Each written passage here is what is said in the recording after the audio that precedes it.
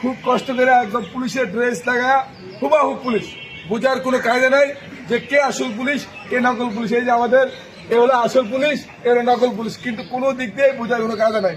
Sir কিন্তু রেং base পরেছেন, name plate লাগিয়েছেন, হ্যাঙ্গিং বেস পরেছেন, তারপরে কোমরে বেল্টও পরেছেন। স্যারের কোমরে একটা অস্ত্র আছে, স্যারটা দেখান তো স্যার। এই যে স্যারের কোমরে একটা অস্ত্র আছে, এই যে স্যার চকচকা অস্ত্র, একদম হুবাহু পুলিশের অস্ত্র মতো অস্ত্র। তো স্যার আজকে চেক করে বসিয়েছিলেন। আপনারা কয়জন ছিলেন স্যার? কয়জন ছিলেন? জোরে বলেন। 3 জন। সাব ইন্সপেক্টর কয়জন? 2 জন ছিলেন সাব ইন্সপেক্টর। তাই আপনারা এই যে দুইটা গাড়ি নিয়ে আসছেন, চেকপোস্ট বসাইছেন, চেকপোস্ট বসে আপনার কারণটা ছিল কি স্যার?